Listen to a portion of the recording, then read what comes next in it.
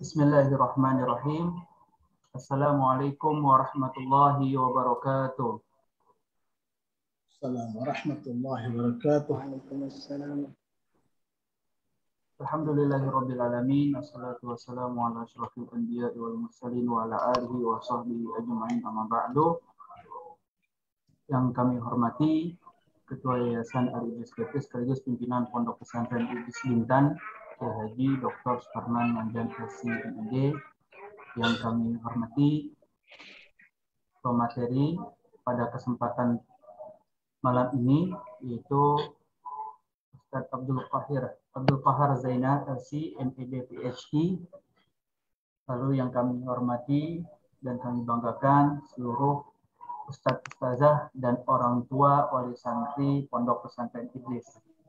Alhamdulillah pada kesempatan ini kita bisa berkumpul kembali di ruangan Zoom ini dalam keadaan sehat walafiat untuk melaksanakan kegiatan Tarhib Ramadan Pondok Pesantren Idris. Dalam kesempatan ini acara kami live streamingkan juga ke Facebook agar bisa disaksikan oleh masyarakat, utamanya adalah masyarakat Bintan dan Kepulauan Riau, dan secara umum kepada seluruh masyarakat Indonesia agar bisa mendapatkan manfaat dari pertemuan malam ini. Bapak Ibu yang kami hormati, marilah kita mulai pertemuan malam ini dengan sama-sama membaca surah Al-Fatihah.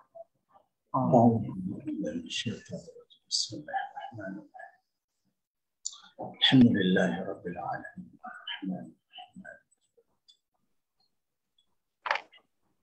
اهدنا الصراط المستقيم صراط غير المغضوب عليهم ولا الضالين. Sudah ya Ustaz. Baik. Salam serta salam tak lupa tercurah limpahkan kepada baginda Nabi Muhammad SAW dengan senantiasa mengucapkan Allahumma sholli ala Sayyidina Muhammad wa ala ali Sayyidina Muhammad. Untuk menambah keberkahan pada malam ini, marilah kita dengarkan lantunan ayat suci Al-Quran yang insya Allah akan disampaikan oleh Ustadz kita, yaitu Ustadz Ricky Valentino SPP. Kepada Ustadz kami silahkan.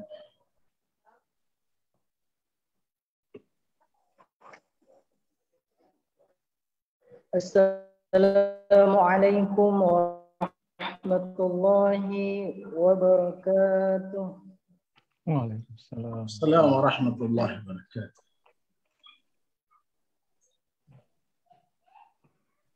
A'udzu billahi minasyaitonir rajim. Bismillahirrahmanirrahim.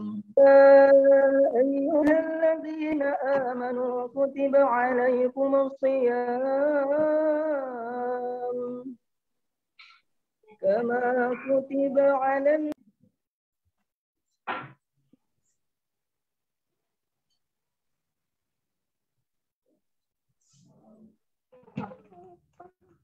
Baik, nampaknya terputus karena sinyal.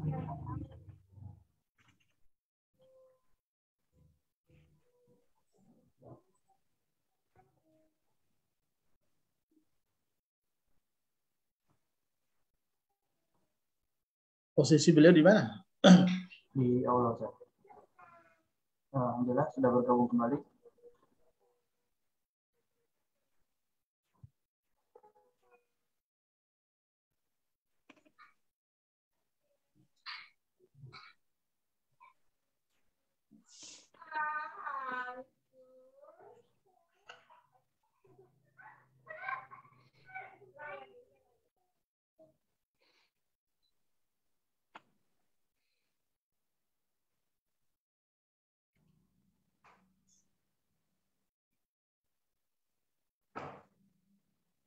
Mana Ustaz Riki?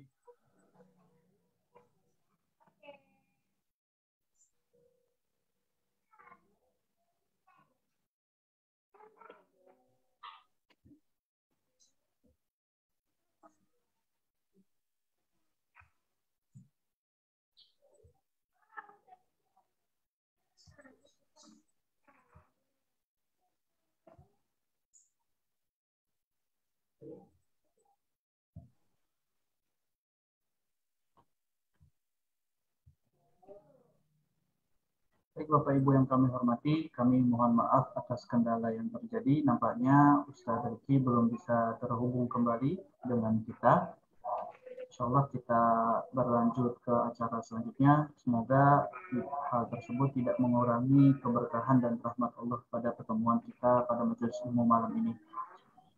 Yang pertama, insya Allah akan sampaikan sambutan oleh pimpinan Pondok Pesantren Medis, yaitu Kiai Haji Dr. Suparman Manjan LCMD. Kepada Ustadz kami silakan. Ya, terima kasih. Assalamualaikum warahmatullahi wabarakatuh. Waalaikumsalam warahmatullahi wabarakatuh. Alhamdulillahi rabbil alamin. Wassalatu wassalamu ala asyrafil anbiya'i wal mursalin sayyidina Muhammadin wa ala alihi wa ashabihi ajma'in.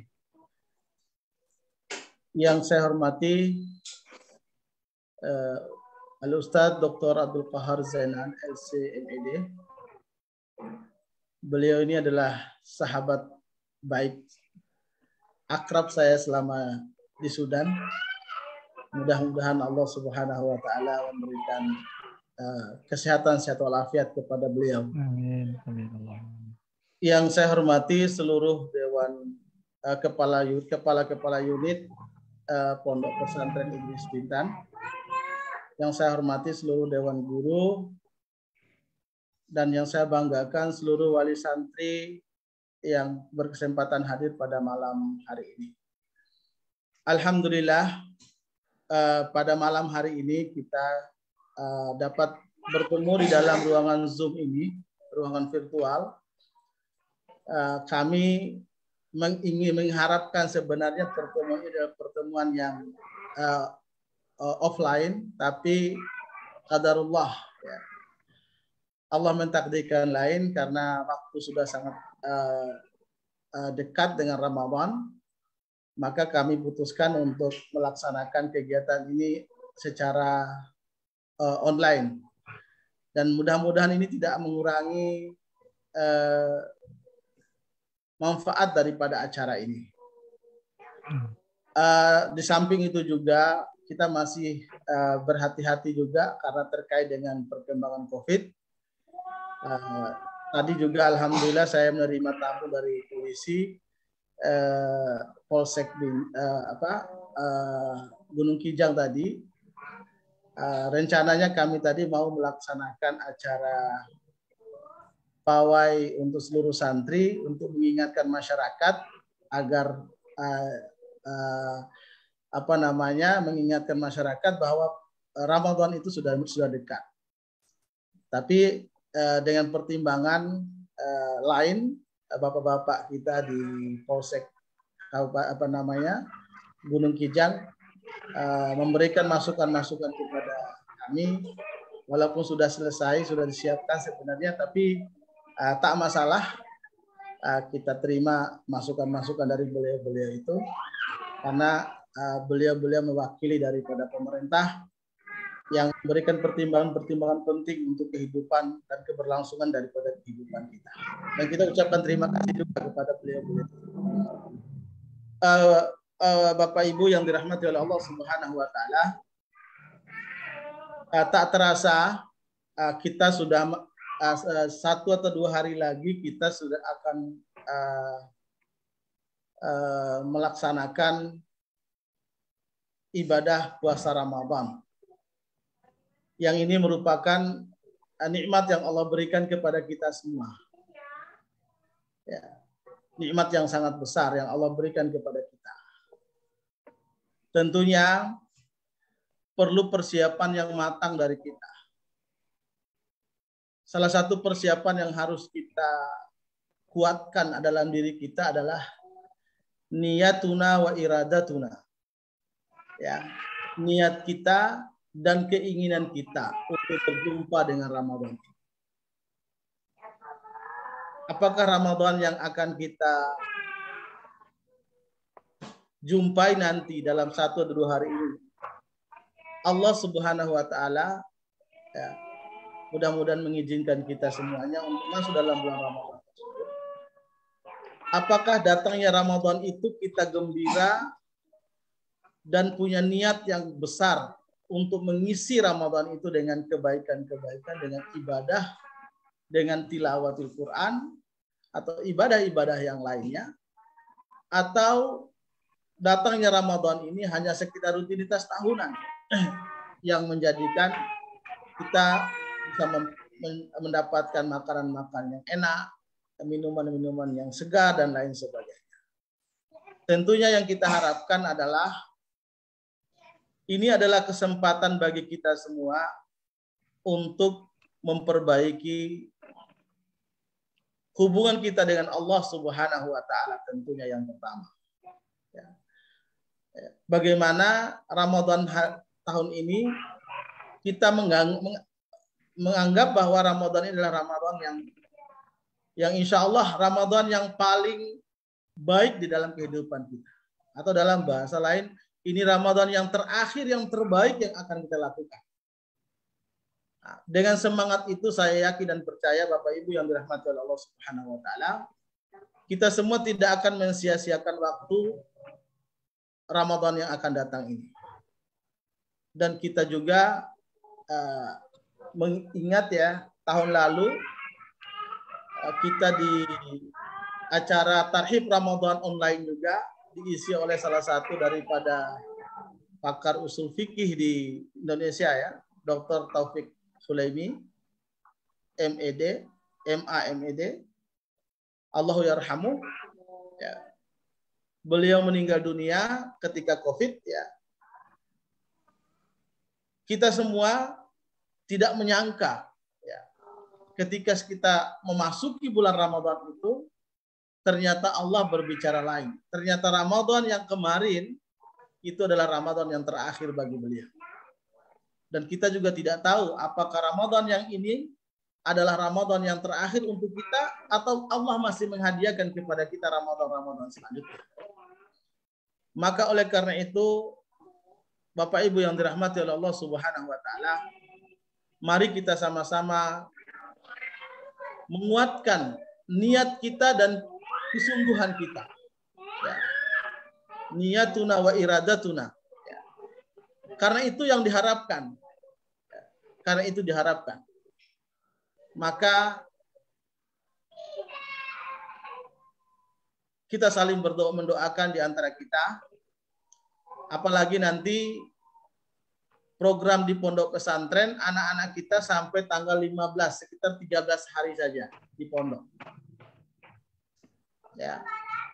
13 hari di pondok. Ya, 17 harinya di rumah. Jadi kami di pondok sudah membuat sistem bahwa mereka selama di pondok mengkhatam 1 kali Al-Quran. Ya, mengkhatam 1 kali Al-Quran untuk anak-anak kita. Dan itu adalah program di pondok. Dan harapannya untuk anak-anak kita nanti setelah pulang dari pondok mendapatkan program yang sama di rumah. Ya, bisa dibimbing, bisa dibuatkan program untuk anak-anak kita sehingga antara pondok dan rumah program-program Ramadan itu tidak terlalu jauh. Atau bahkan saling menguatkan.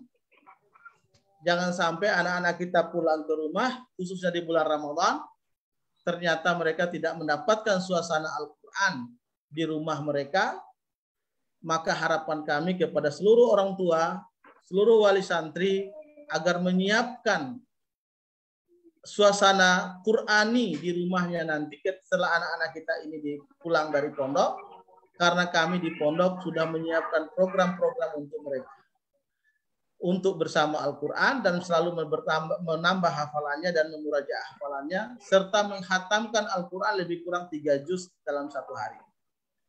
Jadi oleh karena itu Bapak Ibu yang dirahmati oleh Allah Subhanahu wa Ta'ala, mari kita sama-sama bekerja sama untuk mewujudkan cita-cita besar kita. Mudah-mudahan anak-anak yang kita didik baik di pondok pesantren, baik oleh guru-guru dan ustadz-ustadz di pondok pesantren, ataupun nanti sekembali di rumahnya bersama orang tua di rumah, anak-anak kita ini menjadi anak-anak yang soleh, cerdas, dan siap menjadi pemimpin umat ke depan. Maka sekali lagi terima kasih kepada seluruh wali santri yang hadir pada kesempatan ini. Mudah-mudahan pertemuan di ruang virtual ini tidak mengurangi urgensi daripada materi dan ma'ani-ma'ani yang kita akan dengarkan dari penyampaian oleh Dr. Abdul Qahar nanti. Dan terima kasih juga kepada Syekh Dr. Abdul Qahar Zainal yang telah bersedia untuk membersamai kita pada malam hari ini. Dan saya kenal beliau sebagai salah satu dulu kalau nggak salah ya, imam masjid di Sudan sekaligus khotib tetap di salah satu masjid. Bahkan kalau ada kalau lagi Idul Fitri, beliau jadi khotibnya di negara Sudan. Dan ini beliau terkenal dengan Imam Kabir di Masjid Kabir di Sudan. Jadi itu luar biasa. Beliau memang, dan beliau juga adalah seorang hafizul Quran, ya, ahlul Quran. Beliau adalah seorang penghafal Al-Quran yang ini menjadi contoh bagi kita. Insya Allah mudah-mudahan. Dan kalau nggak salah beliau termasuk usrah ahlul Quran, keluarga yang banyak sekali keluarga-keluarga itu menghafal Al-Quran. 11 orang Ustaz ya, keluarga? 12 bersaudara. 12 bersaudara. Dan ya, alhamdulillah banyak, hampir dari keluarganya itu rata-rata menghafal Al-Quran. Dan ini adalah nikmat yang Allah berikan untuk beliau. Dan mudah-mudahan juga Allah memberikan nikmat itu kepada kita semua. Amin ya rabbal alamin. Mungkin itu. Terima kasih. Jazakumullah khairan atas segala perhatiannya. Terima kasih kepada MC Ustadz Asep, Sekretaris Pondok Pesantren. Mudah-mudahan acaranya berjalan dengan lancar. Jazakumullah khairan wal afu minkum. Wassalamualaikum warahmatullahi wabarakatuh. Waalaikumsalam warahmatullahi wabarakatuh. Mengucapkan terima kasih kepada Ustaz Farmas, pimpinan Pondok Pesantren yang telah memberikan sambutan. Semoga apa yang beliau sampaikan bisa menjadi perhatian kita semua dan bermanfaat bagi kita semua. Amin ya rabbal alamin. Baik Bapak Ibu yang kami hormati dan segenap masyarakat yang mengikuti live di Facebook, kita berlanjut ke acara selanjutnya, yaitu acara inti kita. Insya Allah materi tarhib Ramadan yang akan disampaikan oleh Dr. Abdul Qahar Zainal, LCMD PhD. Kepada beliau kami silakan. Baik. Bismillahirrahmanirrahim. Assalamualaikum warahmatullahi wabarakatuh. Waalaikumsalam warahmatullahi wabarakatuh. Alhamdulillah. Alhamdulillahilladzi syarrafana bi hululi syahri Ramadan al-mu'azzam. Nahmaduhu bil iman, nahmaduhu bil islam, nahmaduhu bil afiyah, wa nahmaduhu ala kulli hal. Wa nusalli wa nusallimu afdhalas salawati wa azkat taslimat ala nabiyyina Muhammadin sallallahu alaihi wasallam wa ala alihi wa sahbihi wa man sara ala nahjihi wa iqtafa atharahu wastanna bis sunnati wa ihtada bi hudahu ila yaumiddin. Amma ba'd. Subhanaka Allahumma la ilma lana illa ma 'allamtana innaka antal alimul hakim. Allahumma inna nas'aluka 'ilman nafi'a wa 'amalan mutaqabbala. Allahumma inna na'udzubika min 'ilmin la yanfa' wa qalbin la yakhsha' wa nafsin la tashba'. Allahumma barik lana fima baqiya min Sya'ban wa ballighna Ramadan. Allahumma ihfazna wa ihfazna ma'ana wa sallimna ma'ana. Allahumma ihdina wahdi bina waj'alna sababan liman ihtada. Allahumma urzuqna al-ikhlasa fil qawli wal amal. Allahumma amin. Yang saya hormati pimpinan pesantren Idris Bintan, saudara saya, sahabat saya, Dr. K. Haji Suparman Manjan LCMD, beserta seluruh jajarannya, Dewan Guru, Ustadz, para wali santri. Alhamdulillah malam hari ini kita bertemu dalam majelis yang sangat mulia, walaupun majelisnya kita bertemu di dunia maya, tapi insya Allah tidak mengurangi keberkahan dari pertemuan kita, karena kita semuanya berniat baik hadir di majelis ini untuk kita sama-sama mengingatkan diri kita dalam kebaikan. di hari-hari menjelang datangnya bulan yang penuh dengan kebaikan, keberkahan yang mengandung seluruh makna-makna kebaikan, kita berkumpul di sini untuk menguatkan komitmen kita, meneguhkan tekad kita untuk menjadikan Ramadan tahun ini menjadi Ramadan yang terbaik yang pernah ada dalam kehidupan kita. Bapak Ibu sekalian yang saya hormati, saya cintai karena Allah. Kalau kita berbicara tentang Ramadan, maka kita berbicara tentang hadiah yang sangat besar yang Allah berikan kepada kita. Allah Subhanahu wa taala mengistimewakan Ramadan itu dengan begitu banyak keistimewaannya, begitu banyak fasilitas, begitu banyak bonus, ya. Dan seluruh cita-cita mukmin sejati itu ada di Ramadan. Ya. Kita ingin surga pada tingkatan yang tinggi. Kita ingin dibebaskan dari api neraka. Kita ingin dosa kita diampuni. Kita ingin dirahmati. Kita ingin diberkahi. Kita ingin disayangi oleh Allah Subhanahu wa taala, dan semua yang menjadi cita-cita kita itu Allah obral di Ramadan. Cuma masalahnya adalah bahwa seluruh fasilitas Ramadan itu adalah sesuatu yang abstrak. Tidak bisa ditangkap oleh panca indera kita. Ya, tidak sama kalau kita dijanji dengan uang. Ya, kalau Anda lakukan ini, Anda dapat uang 1 miliar. Anda lakukan ini, Anda dapat mobil, dapat apa begitu, naik pangkat dan seterusnya. Ya, kalau janji-janji materi yang sifatnya konkret itu semua juga orang semangat.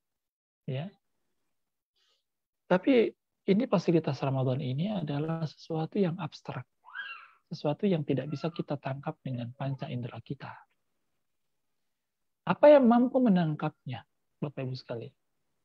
Apa yang mampu mencerna fasilitas Ramadan itu? Yang mampu menangkap dan mencernanya adalah kekuatan iman kita.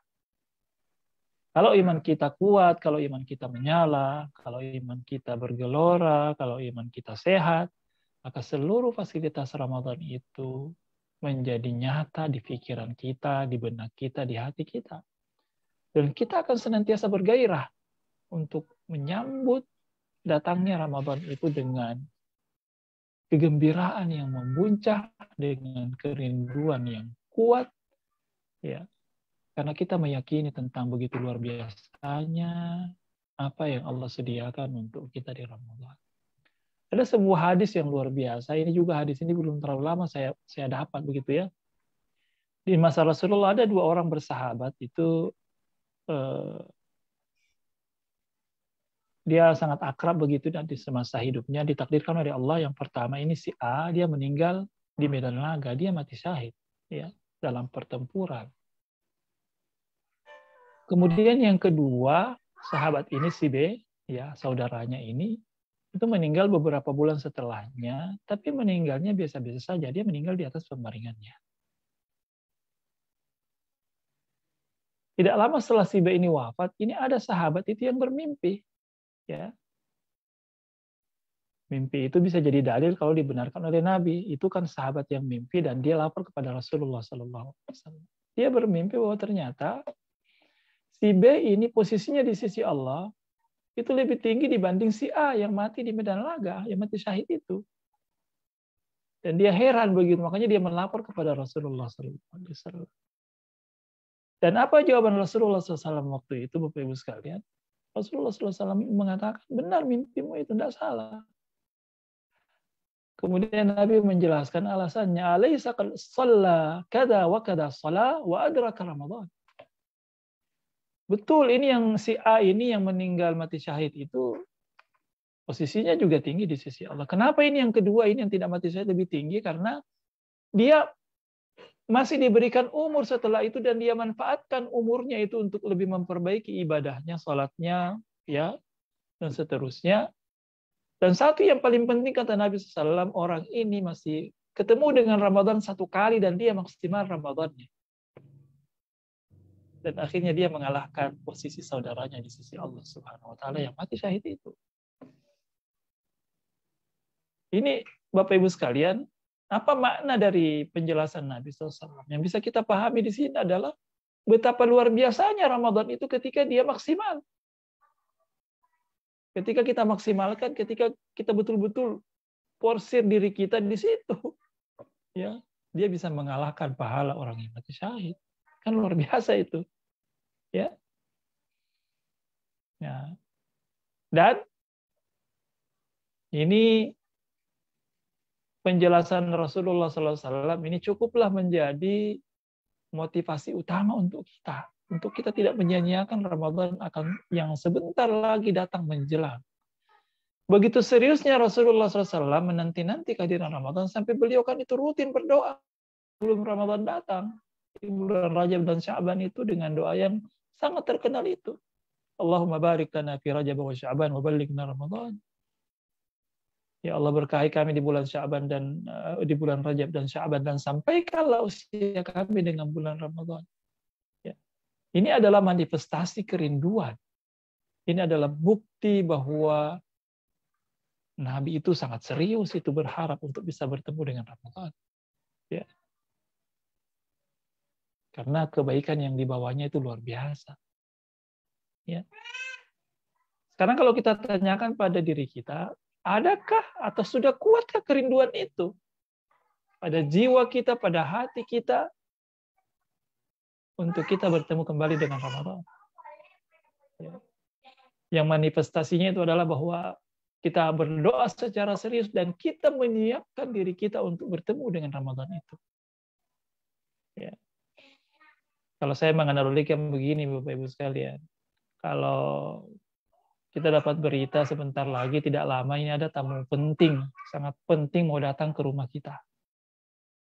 Ya, apakah itu gubernur, apakah itu presiden, apakah itu menteri, pokoknya orang penting. Dan kita sangat berkepentingan orang itu datang karena dia punya power, punya banyak hal yang bisa kita manfaatkan ketika dia datang. Ya. Apa yang kita lakukan? Pasti rumah kita tata dengan baik, begitu ya. Kita persiapkan makanan yang terbaik, begitu ya. Kalau perlu rumah kita cat ulang, gitu ya.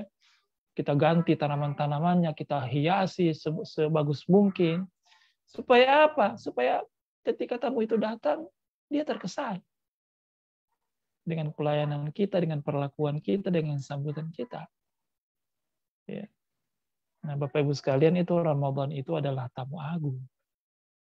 Dia tamu yang tidak datang dengan tangan kosong. Dia datang itu dengan banyak sekali bonus yang disiapkan. Kalau disambut dengan semestinya, ya, dengan persiapan, begitu ya. Nah, setiap tahun kita menyaksikan fenomena apa, Bapak Ibu sekalian? Fenomena tentang semangat kebanyakan kaum muslimin itu berRamadan itu cuma di awal-awalnya saja. Ya. Begitu hari kelima, hari keenam, pekan kedua, ya sudah. Terjadi proses berguguran, ya, di mana sudah isi masjid sudah tidak terlalu padat seperti yang sebelumnya, begitu ya. Bahkan yang lebih parah lagi ada yang lebaran duluan, ya. Dia cuma puasa di awal-awalnya saja, hari ke berapa ya udah selesai dia, sudah lebaran duluan dia. Ya. Kenapa? Kalau kita mencari jawabannya kenapa itu bisa terjadi? Karena kebanyakan orang itu memasuki Ramadan tanpa persiapan. Dia tidak menyiapkan dirinya dengan baik. Tidak ada pemanasan, tidak ada warming up, ya, tidak ada. Ya sekedar masuk Ramadan sebagai rutinitas tahunan begitu saja. Akhirnya yang terjadi adalah puasanya, Ramadannya adalah Ramadan minimalis.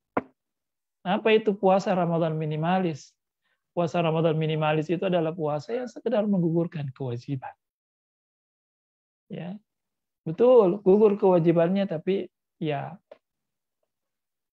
seperti apa yang disebut oleh Nabi SAW, kam min sha'imin laisa lahu min shiyamihi illa al-ju' wal 'atash wa kam min qa'imin laisa lahu min qiyamihi illa as-sahar wa ta'ab.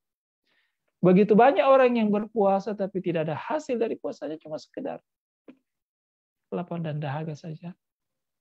qiyamul lail tarawih, tapi hasil dari tarawih dan qiyamul lailnya itu adalah begadang dan capek. Cuma itu. Ya. Kenapa? Karena tidak disertai dengan ruh, ya, tidak disertai dengan keimanan yang membuncah di dada, ya, seolah-olah ibadah Ramadan itu ritual tahunan yang cuma sekedar sebagai budaya saja, ya, tanpa ruh, tanpa penghayatan dan tanpa persiapan yang mantap. Nah, oleh karena itu, Bapak Ibu sekalian, kita perlu untuk mengantisipasi hal-hal seperti jangan sampai terjadi pada diri kita. Nah, kalau kita berdoa secara serius kepada Allah supaya disampaikan usia kita kepada Ramadan, ada satu yang jauh lebih penting dari itu. Dan itu memang penting kita berdoa, ya, supaya Ramadan itu kembali menghampiri kita. Ya. Saya ingin ingatkan, serius kita berdoa kepada Allah. Walaupun ini tinggal 1-2 hari ke depan, kita tidak tahu umur kita sampai atau tidak, kita belum tahu. Sehingga kita perlu serius kepada Allah meminta. Allahumma balighna Ramadan, Allahumma balighna Ramadan. Ya. Karena doa itu bisa merubah takdir. Inna du'a wal qadara yatasara'ani fis sama. Ya, sesungguhnya doa dan takdir itu berkelahi di langit. Ya, boleh jadi ada orang yang takdirnya adalah wafat sebelum Ramadan, tapi karena dia rajin berdoa, Allah merubah takdir itu. Ya, betul, kita semuanya ini punya jatah umur, ya, dan sudah ditentukan oleh Allah. Tapi ada istilahnya SK, syarat dan ketentuan berlaku. Allah itu punya hak untuk merubah takdir yang telah dia tetapkan. Ya, Allah punya hak itu, ya. Yamhullahu ma yasha wa yusbitu wa indahu ilmul kitab. Allah menghapus apa yang dia kehendaki, menetapkan apa yang dia kehendaki, dan dia punya ilmu Alkitab. Ya, dia sudah mencatat semuanya itu, sudah menetapkan, tapi tetap Allah punya hak untuk merubah itu takdir itu. Dan salah satu hal yang bisa merubah takdir itu kalau orang itu rajin berdoa kepada Allah. Dan itu perlu kita serius, karena tidak ada jaminan kita ketemu enggak Ramadan tahun ini atau takdir kita mengatakan lain. Ya. Nah, di samping kita serius mohon kepada Allah Subhanahu wa taala, yang harus lebih kita pastikan itu ketika Ramadan datang adalah situasi atau kondisi iman kita baik. Ya. Kenapa? Karena imanlah yang akan membuat kita bersemangat melakukan kebaikan. Ya. Kalau iman kita lobet, iman kita lemah, iman kita bermasalah, kita tidak akan pernah bergairah untuk melakukan ketaatan, kebaikan. Kita akan lebih tergoda untuk melakukan hal yang sia-sia. Ya. Sekarang saya ingin ingatkan Bapak Ibu sekalian, fitnah yang paling luar biasa sekarang ini yang selalu melekat di diri kita itu adalah fitnah smartphone. Ya, smartphone ini dalam penelitian itu saya baca begitu luar biasanya ini tarikan yang namanya smartphone itu. Ya, ini penelitian global ini, hampir di seluruh belahan dunia begitu. Rata-rata orang sekarang itu dia buka dan simpan HP-nya kembali untuk berselancar di dunia maya itu dia buka begitu, yaitu 50 kali sehari semalam. Jadi dia buka, dia simpan, buka, dia simpan lagi, dia buka, simpan lagi, itu 50 kali Pak dong. Dalam 24 jam. Ya. Saking seringnya itu orang itu berselancar di dunia maya sekarang ini. Ya, yang menjadi masalah kebanyakan orang itu ya membuka hal-hal yang tidak produktif, hal-hal yang sia-sia, hal-hal yang sifatnya itu remeh-temeh gitu ya. Nah, ini perlu menjadi warning kita ya, karena salah satu standar ukuran kualitas keimanan kita adalah bahwa kita bisa menghabiskan waktu-waktu kita memastikan bahwa waktu-waktu kita produktif. Ya. Kita menghabiskannya pada perkara-perkara yang bisa dipertanggungjawabkan di hadapan Allah Subhanahu wa taala nantinya. Ya. Nah, sekarang pertanyaannya adalah bagaimana caranya supaya iman kita itu menyala, iman kita itu sehat, iman kita itu kuat, sehingga kita punya energi yang cukup untuk melalui ibadah maraton ini. Ramadan ini adalah ibadah maraton ya, karena dia sebulan penuh. Pagi, siang, malam, semua jenak-jenaknya adalah jenak-jenak yang penuh dengan kebaikan. Sehingga perlu untuk dimaksimalkan.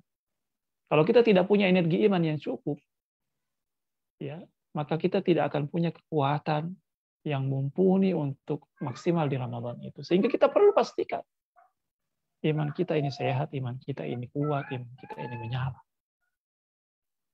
Dan saya jadi teringat sekali itu pesan guru saya ketika kuliah di Sudan itu, beliau mengatakan bahwa cara kita memperbaharui iman kita itu adalah dengan taubat kepada Allah. Kenapa taubat? Ya. Karena media tanam iman di dada kita itu adalah permukaan hati kita. Itu media tanamnya. Di situ iman itu tumbuh. Ya. Nah, kalau media tanam, kalau kita ibaratkan tanaman ya, kalau kita nanam pohon, media tanamnya itu bagus, subur, steril dari sumber-sumber penyakit begitu ya. Kemudian disirami, dipelihara dengan baik itu kondisi tanahnya itu, maka pasti pohon itu akan tumbuh dengan baik. Sama juga iman kita begitu. Pohon iman kita tumbuh di permukaan hati kita itu kalau hati kita ini bersih. Apa yang mengotori hati, Bapak Ibu sekalian? Yang mengotori hati kita itu adalah yang pertama penyakit-penyakit hati. Amradul qulub, ya. Penyakit hati itu banyak, ya. Yang paling utama itu kalau kita selalu tidak ikhlas, selalu riya, ya.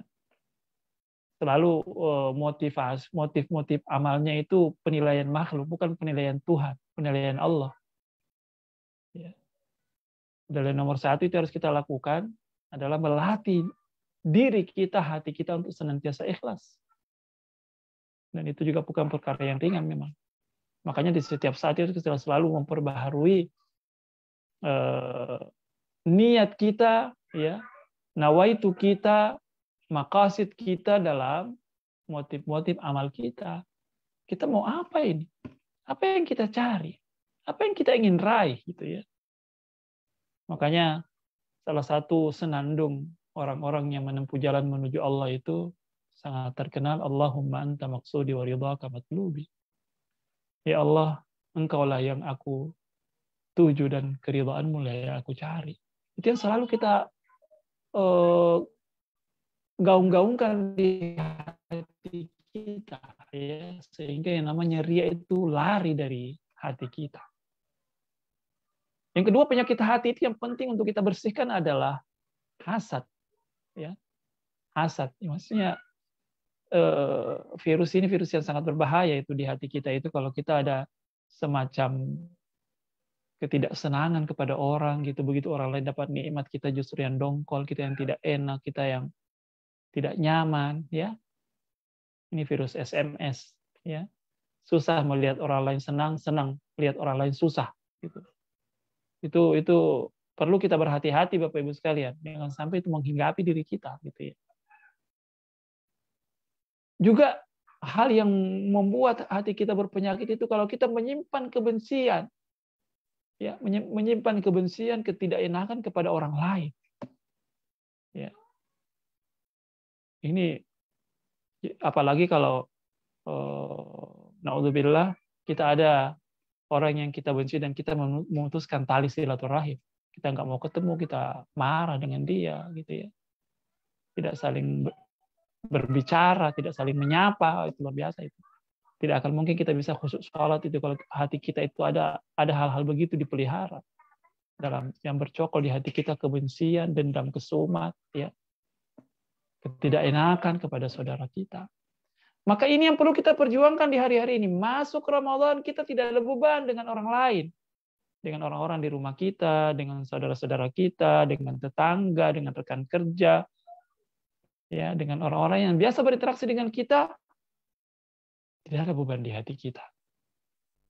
Saya pernah menyampaikan judul seperti ini di sebuah majelis.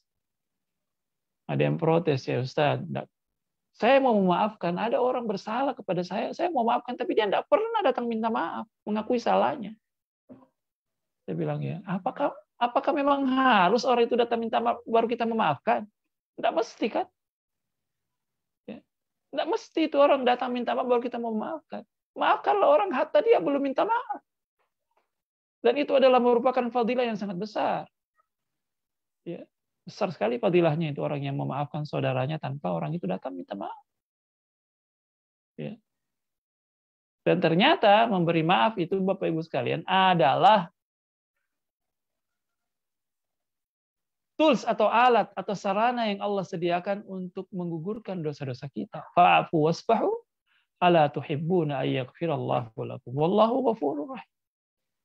Maka berlapang dadalah, maka maafkanlah, maka relakanlah, maka ikhlaskanlah. Tidakkah engkau suka ketika engkau maafkan saudaramu, maka Allah akan menggugurkan dosa-dosa? Akan janji Allah itu, dan Allah itu Maha Pengasih dan lagi Maha Pengampun. Ya. Itu janji Allah Subhanahu wa taala, Bapak Ibu sekalian. Jadi perlu di hari-hari ini jangan tunggu lebaran untuk saling bermaafan. Sebelum Ramadan masuk kita sudah tidak punya beban dengan orang lain siapapun itu. Ya. Bersih hati kita. Ya, dari kebencian, dari ketidakenakan gitu ya. Hatta walaupun orang itu belum minta maaf, kita sudah merelakan kesalahannya. Ustaz, salahnya besar sekali kepada saya. Susah saya lupakan. Ya. Kadang-kadang ada yang bertanya begitu ya. Terlalu besar salahnya. Ya. Ya. Saya mengatakan bahwa semakin besar kesalahan orang lain yang kita maafkan, semakin besar juga maghfirah Allah kepada kita. Ya, memang itu sulit, dah mudah. Ya. Tapi ketika kita bisa mengalahkan ego kita, mengalahkan nafsu kita, insya Allah itu bisa kita lakukan. Ya. Yang dibutuhkan dari kita adalah kekuatan tekad saja dan keyakinan akan besarnya keutamaan atau fadilah ketika kita memaafkan saudara kita. Dan insya Allah, yang namanya memaafkan itu Bapak Ibu sekalian, yang berat itu cuma di awalnya saja. Ya Allah, berat banget ini. Saya mau maafkan, saya mau relakan ini kesalahan. Berat banget. Tapi begitu kita sudah merelakan, mengikhlaskan, kita melalui proses itu dengan baik, insya Allah setelah itu hati kita menjadi plong. Dada kita terasa lapang dan kita lebih khusyuk untuk sholat, lebih bersemangat untuk melakukan kebaikan. Tapi kalau sebaliknya dendam kesumat itu dipelihara, dibiarkan, bahkan dibiarkan semakin tumbuh begitu ya, itu semakin menyiksa diri kita sendiri. Ya. Bayangkan kalau ada orang yang kita benci, apalagi kalau orang itu sering kita lihat, ya, apakah tetangga, apakah saudara, apakah siapa begitu ya, begitu kita dengar namanya disebutkan, rasa tidak enak di hati lagi. Begitu orang itu lewat di hadapan mata kita, lebih tidak nyaman lagi. Ya. Berarti kita menyiksa diri kita sendiri. Kalau seperti itu kondisinya. Ya. Maka kita perlu memastikan relasi kita dengan siapapun sebelum Ramadan datang itu adalah relasi yang baik. Tidak ada masalah. Zero kebencian. Ya, zero kebencian. Tidak ada. Ya, safi. Murni betul. Kita tidak punya beban kepada orang lain. Ya. Dan saya bisa memastikan kalau kita bisa melakukan itu, insya Allah pohon iman kita itu tumbuh dengan baik. Nah, apalagi juga yang beban, termasuk beban juga kepada orang itu adalah masalah utang. Jadi usahakan ini sebelum Ramadan datang kita selesaikan sangkutan-sangkutan kita dengan orang lain. Ya.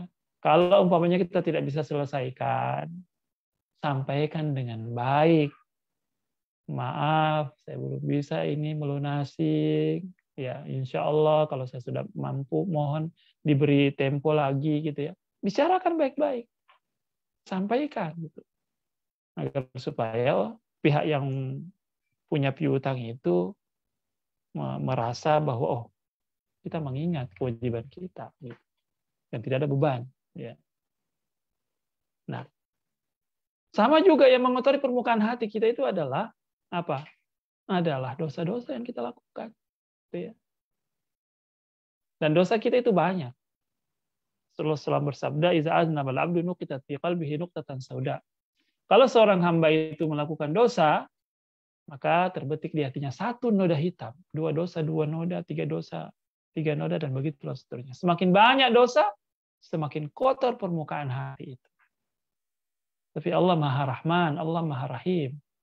Kita diberikan alat tools untuk bisa membersihkan dosa itu. Itulah taubat kepada Allah.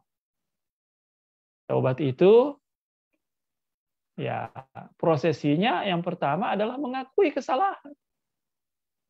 Ya. Dan kalau kita memuhasabah, ya, mengintrospeksi diri kita, maka kita akan menemukan fakta bahwa dosa kita banyak.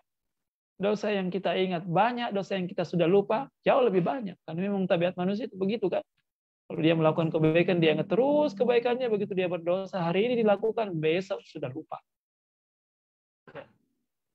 Nah, kalau kita jujur dengan diri kita, kita akan menemukan fakta itu. Dosa kita banyak. Ya Allah, dosa yang ini. Ya Allah, dosa yang itu. Ya Allah, dosa yang ini. Banyak. Dan itu semuanya butuh untuk kita istighfarkan, minta ampunkan kepada Allah Subhanahu wa Ta'ala. Kata Imam Al-Ghazali dalam kitabnya Ihya Ulumuddin, Bapak Ibu sekalian, bahwa orang yang mengakui dosanya itu, ya, dan tanda bahwa dia menyesali dosanya itu, ya, an-nadamul ladzi yurisul huzna wal buka. Ya, mengakui dosanya dan menyesalinya, dan tanda penyesalan itu adalah kesedihan dan derayan air mata. Ya. Sekarang pertanyaannya, Bapak Ibu sekalian, kapan terakhir kita menangis mengingat dosa-dosa kita? Ya. Atau jangan-jangan kita sudah tidak ingat kapan terakhir kita menangis karena takut kepada Allah. Ya. Atau jangan-jangan motif air mata kita selalu motif-motif duniawi. Masuk pencuri di rumahnya, nangis. Kehilangan uang, nangis. Nggak jadi naik pangkat, nangis. Bisnis rugi, nangis. Gitu ya. Nggak dilarang tangisan itu, nggak dilarang. Silahkan saja. Tapi jangan cuma itu motif air mata kita. Terlalu murah itu air mata itu. Kalau cuma seperti itu dia mengalir.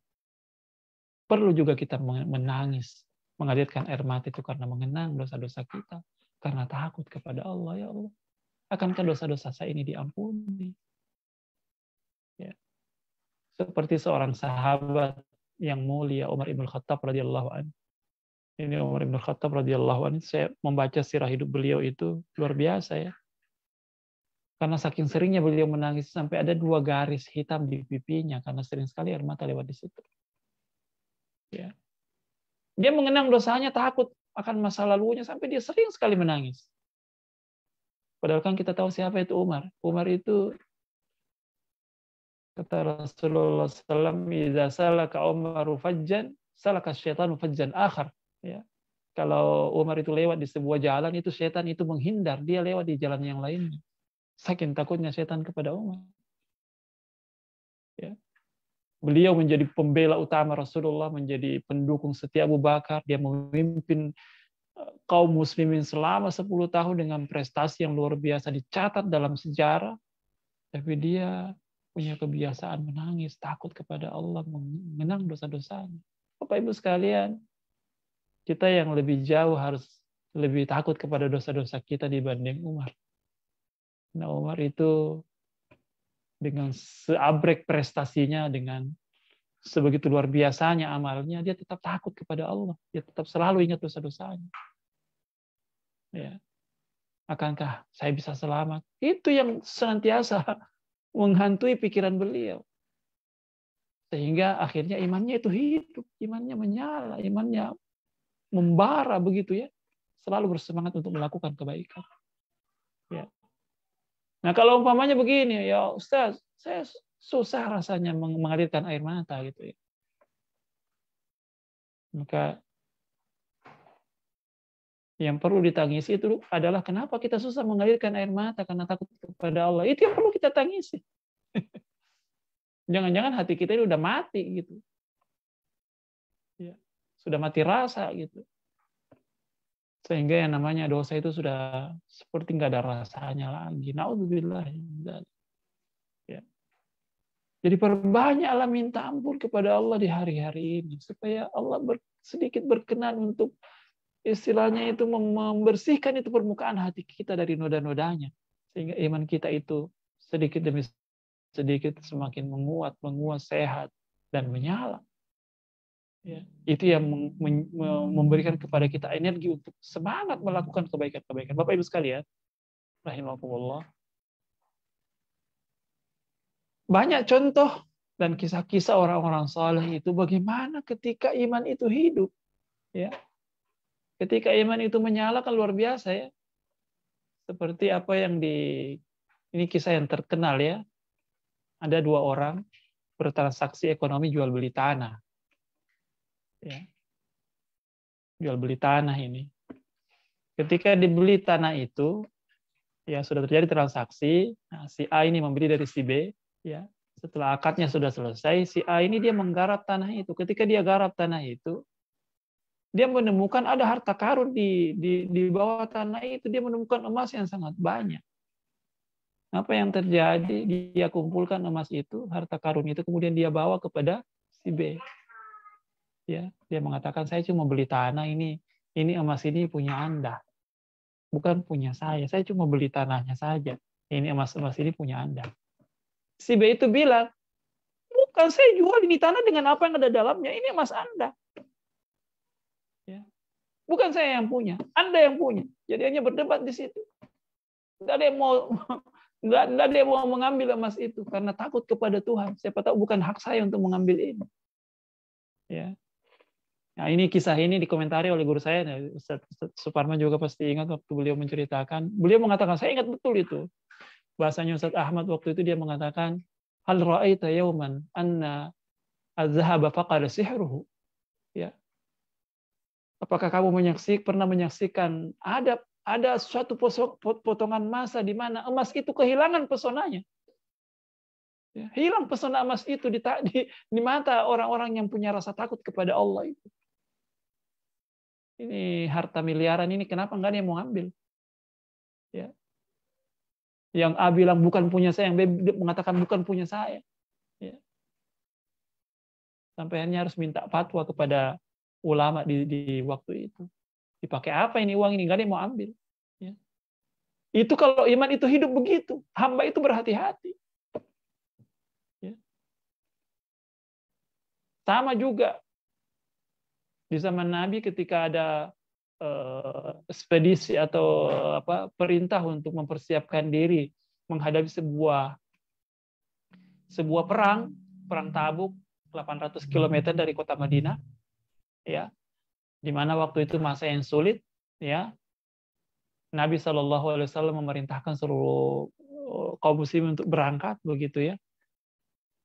Tapi dengan syarat semuanya harus mempersiapkan logistiknya, bekalnya begitu. Yang tidak punya bekal, yang tidak punya logistik, tidak punya kendaraan, silahkan melapor ke panitia.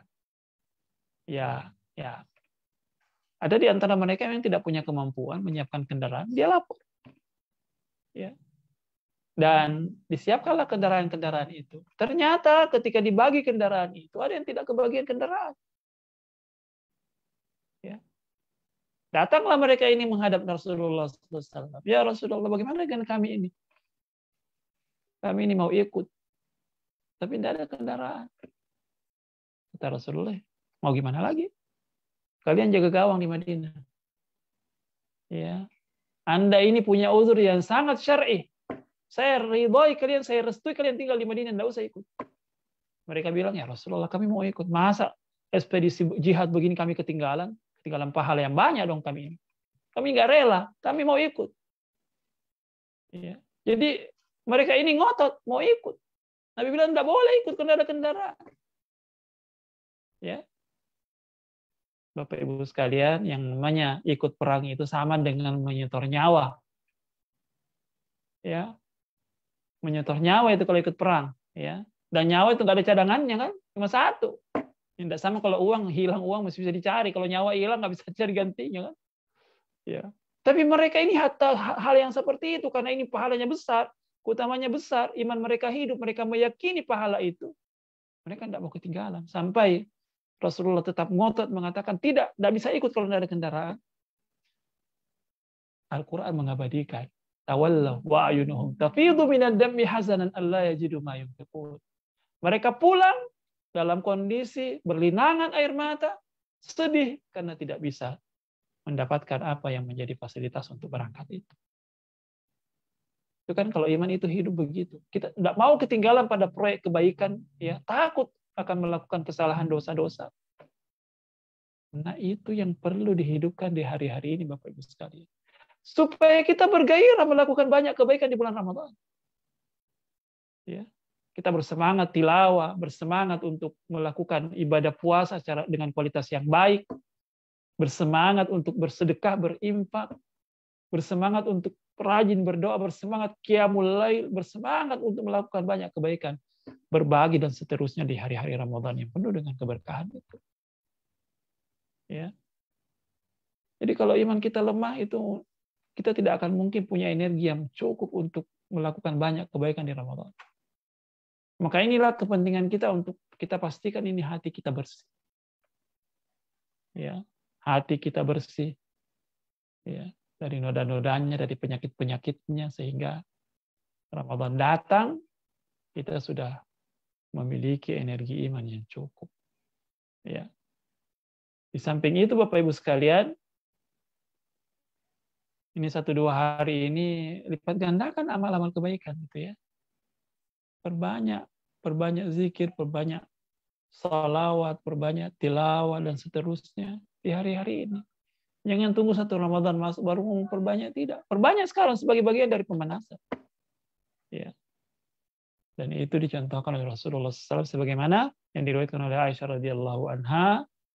Adalah puasa Nabi SAW yang paling banyak itu puasa sunnahnya itu adalah di bulan Sya'ban. Itu adalah bagian dari persiapan. Ya, mengkondisikan itu prakondisi memasuki Ramadan yang penuh dengan termasuk.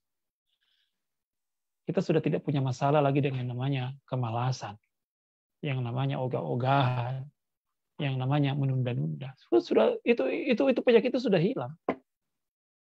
Ya, yang ada adalah sebagaimana yang disebutkan oleh para salafus saleh itu, kalau yang namanya Ramadan itu cuma 2 judulnya. Innama huwa qiraatul Qur'ani wa it'amut ta'am. Kalau Ramadan tiba itu cuma 2 judulnya.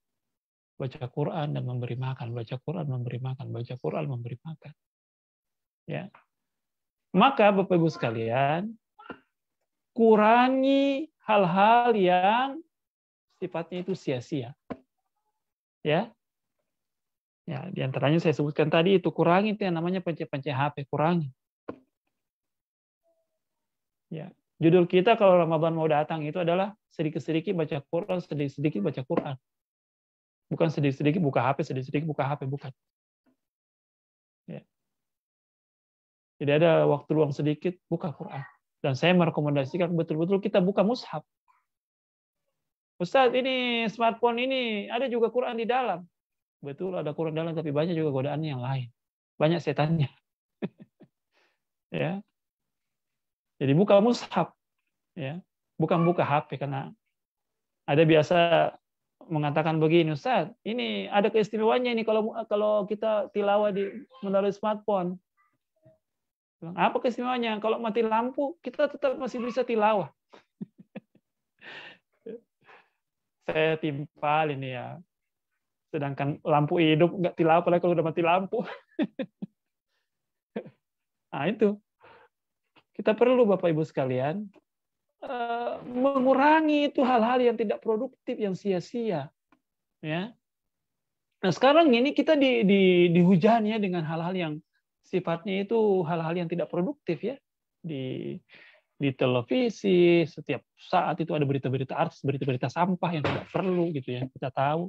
Jangan dipertukar. Sama juga ketika kita buka smartphone itu, bukalah hal-hal yang bermanfaat. Kalau hal-hal yang sifatnya sia-sia, ya, tidak status yang tidak perlu, komen yang tidak perlu, tidak usah. Ya, konsellah pada hal-hal yang sifatnya produktif, mendekatkan diri kita kepada Allah Subhanahu Wa Taala. Ya, dan itu tidak akan mungkin terjadi kecuali ketika kita punya perencanaan yang matang. Jadi sebelum Ramadan datang ini, 1-2 hari lagi, coba kita tulis-tulis ini, apa perencanaan kita. Ya. Kita ingin puasa 30 hari, tapi kita dapat pahala puasa 1000. Bagaimana caranya? Kasih makan orang. Ya. Berilah makan orang, antar makanan untuk orang-orang yang berbuka, gitu, orang-orang yang untuk makan sahur dan seterusnya. Beri makan orang yang mau puasa, orang yang berbuka. Kita dapat kebaikan yang banyak dari situ. Ya, rencanakan. Ya. Saya terkesan ya, termasuk saya terkesan itu di masyarakat Arab ya, di Sudan juga, saya hidup di Sudan 5 tahun. Itu mereka ini punya adat yang luar biasa ya. Mereka ini kalau bulan Ramadan itu berbuka itu di depan rumahnya, dia hampartikan depan rumahnya. Tujuannya apa? Jadi kalau orang lewat itu menjelang berbuka itu ditahan, itu diminta untuk singgah di sini aja buka, nggak usah di sana, di sini aja buka. Ya. Saking mereka itu meyakini itu yang namanya memberi makan orang yang puasa itu pahalanya luar biasa. Ya. Dan itu juga perlu menjadi budaya kita gitu ya, budaya berbagi, budaya mengantarkan makanan kepada orang-orang yang berpuasa luar biasa itu pahala. Ya. Rencanakan juga kita mau khatam berapa kali, rencanakan. Ya. Jangan cuma ya kita lihat aja lah nanti. Ya. Orang yang tidak merencanakan berarti orang itu merencanakan untuk gagal. Ya. Jadi perlu itu ada perencanaan gitu ya. Kebiasaan baik apa yang kita ingin kuatkan selama Ramadan itu ada. Ya. Atau akhlak buruk apa yang kira-kira bisa kita hilangkan selama Ramadan. Ya. Ibu saya, hafizahullah, itu kalau Ramadan itu nyaris nggak pernah marah. Jadi nggak pernah keras suaranya kalau Ramadan itu. Memang beliau mengkondisikan dirinya begitu gitu ya. Pokoknya dia tekadkan, pokoknya selama Ramadan saya tidak mau marah-marah. Saya tidak mau meninggikan suara. Kita tetap ditegur tapi dengan cara yang lebih yang baik begitu ya, tidak dengan marah-marah. Dan itu sangat saya rasakan, saya sangat ingat ya. Nah, sehingga Bapak Ibu sekalian, kalau kita punya perencanaan-perencanaan yang rinci tentang Ramadan kita bisa mengevaluasinya. Jadi di hari-hari ini masih ada kesempatan catat-catat itu perencanaan kita, gitu ya. Kebiasaan baik yang kita ingin tumbuhkan, ya. Kemudian kebiasaan buruk yang kita ingin hilangkan, gitu ya. Hal-hal negatif yang masih melekat pada diri kita itu bisa kita latih diri kita di Ramadan. Para pakar juga menyebutkan kan luar biasa itu. Kita kalau mau membiasakan sesuatu itu harus diulang 22 kali sampai 30. Nah, Ramadan ini kan 30 hari, 29 hari. Kalau kebiasaan baik itu kita lakukan terus-menerus di Ramadan itu, insya Allah kita keluar dari Ramadan itu, ada kebiasaan yang baik itu melekat pada diri kita 11 bulan berikutnya. Tapi dengan syarat sekali lagi bahwa kita punya perencanaan yang baik. Ya. Ramadan syahrul jud, Ramadan bulan kedermawanan. Bagaimana caranya supaya Ramadan itu menjadi betul-betul bulan kedermawanan bagi kehidupan kita dan keluarga kita? Ramadan syahrul Quran. Bagaimana itu Ramadan itu betul-betul menjadi bulan Al-Quran pada diri kita dan keluarga kita. Ya. Ramadan syahrul taubah. Ramadan bulannya kita kembali kepada Allah. Bagaimana supaya terwujud semua itu di Ramadan? Ya, tentu dengan perencanaan-perencanaan yang kita atur, simpan dengan rapi di catatan kita dan di benak kita. Ya. Nah, sebagaimana dikatakan tadi oleh pimpinan pesantren, bagaimana kita punya niat dan iradah. Kita punya niat yang kuat dan tekad yang kuat untuk mengeksekusi semua perencanaan baik kita. Ya. Setelah kita bermohon kepada Allah agar dikuatkan untuk betul-betul bisa mewujudkan semua apa yang telah kita niatkan. Ya. Dan Allah tahu apakah tekad kita itu betul-betul kuat atau tidak sehingga kita dibantu. Ya kalau cuma sekedar ya di angan-angan begitu, tidak ada tekad, ya Allah juga akan biarkan kita. Tapi kalau betul-betul tekad itu kuat, Bapak Ibu sekalian, ya niat kita itu kuat dan kita persaksikan di hadapan Allah, insya Allah Allah memberikan kepada kita kekuatan untuk bisa mengeksekusinya. Dan akhirnya kita bisa memetik hal yang sangat banyak itu selama Ramadan datang menghampiri kita.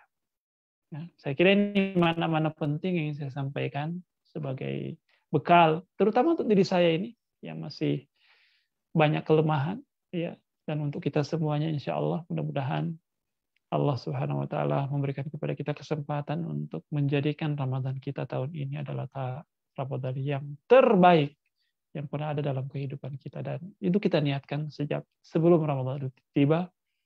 Yang dengan itu insya Allah Allah Subhanahu Wa Taala memberikan kepada kita kekuatan untuk bisa mengeksekusinya.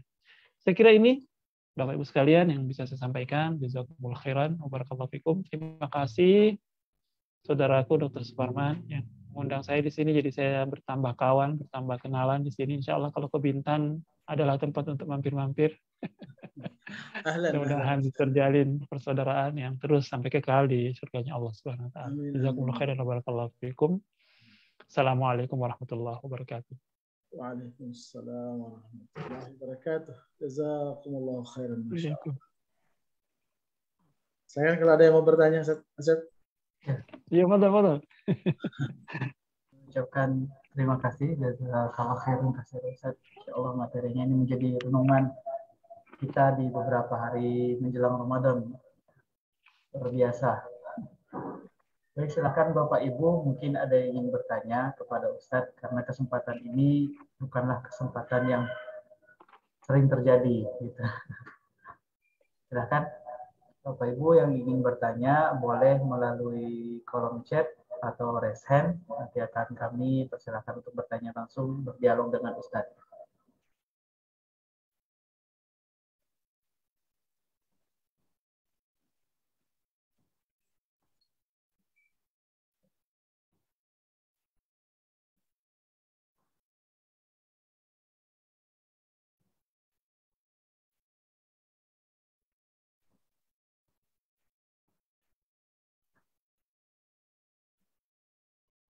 Silakan Bapak Ibu, ada yang ingin bertanya? Mungkin ini masih merenung Ustaz, kami semua merenung. Ini beberapa hari lagi nih Ramadan, gitu kan? Terkaget-kaget. Sebagian mungkin kita terkaget-kaget, ya.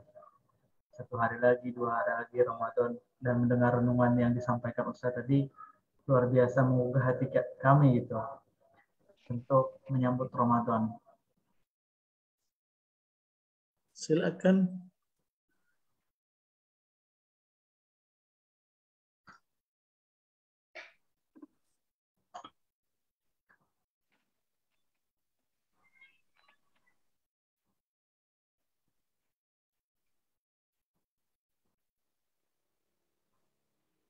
Bagi Bapak Ibu atau masyarakat Bintan, Kepulauan Riau yang bergabung di Facebook, boleh juga bertanya di kolom komentar, dan insya Allah kami akan bacakan pertanyaannya.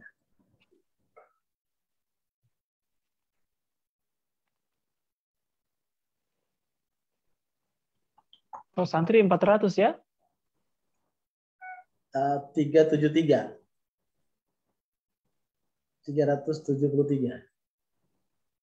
Santri kami 373 Ustaz, ditambah dengan guru pegawai itu sekitar 60 orang. Masya Allah. Silakan. Bu Aryani mau tanya itu? Dibuka aja Ustaz anunya. Hanya ada yang mau bertanya itu. Silakan Bapak Ibu yang ingin bertanya, boleh di-unmute, diklik unmute lalu sampaikan pertanyaannya.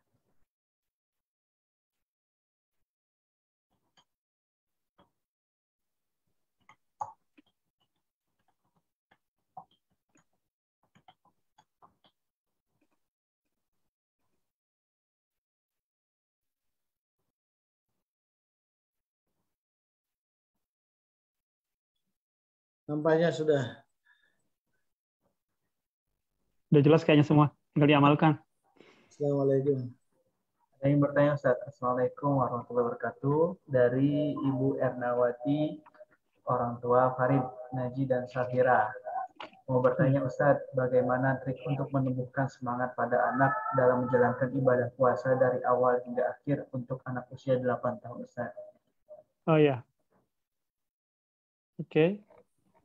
Baik, nah ini anak usia 8 tahun itu adalah usia masih masuk usia golden age ya, masa-masa emasnya kita menanamkan banyak nilai kebaikan. Tapi memang anak-anak seperti itu butuh kesabaran dari kita untuk melatihnya gitu ya. Dalam Al-Quran Allah menjelaskan wa'mur ahlaka bis-salati wastabir 'alaiha. Perintahkan keluargamu untuk mendirikan sholat dan sabarlah atasnya. Ya. Jadi anak-anak itu tidak cukup kita perintahkan 1-2 kali, tapi harus sering-sering. Ya. Tapi ada satu hal yang perlu kita senantiasa ingat, bahwa anak-anak itu adalah peniru yang sangat ulung. Jadi dia itu meniru tingkah pola orang-orang di sekitarnya. Ya. Jadi mau tidak mau, Bapak Ibu sekalian, ya Bu ya, kita harus menjadi role model bagi anak kita. Alias kita harus bisa menjadi teladan. Kita harus bisa menjadi contoh. Kalau kita menginginkan anak kita rajin mengaji, dia harus selalu melihat kita mengaji, rajin mengaji, rutin mengaji. Ya. Jangan kita suruh anak kita ngaji, kita main HP terus. Kalau kita kamu ngaji nak, oh dia ibunya ngambil HP, anaknya disuruh ngaji, ya nggak bisa, ya. Jadi kita yang memberikan contoh gitu ya. Jadi satu contoh itu lebih berarti di benak anak itu dibanding 1000 kata-kata. Ya. Jadi kalau dia lihat orang tuanya, oh dia rutin nambah hafalan, rutin juga tilawahnya gitu ya. Ya dia juga pasti termotivasi gitu. Jadi jadilah role model, ini yang pertama yang saya sampaikan. Jadilah role model terhadap anak-anak kita. Nah, tadi juga sempat disinggung oleh pimpinan pesantren bahwa diusahakan supaya di rumah itu ada juga program seperti di pondok gitu ya. Karena memang bawaannya anak itu kalau dia pulang dari pondok ya maunya malas-malesan kan, mau banyak tidur, mau makan-makan yang enak dan seterusnya. Ya enggak apa-apa kita istilahnya itu sedikit memberikan apa yang dia inginkan, tapi jangan diperturutkan semuanya. Ya. Nah, kalau usia 8 tahun itu berarti di samping kita memberi contoh, memberi teladan gitu ya,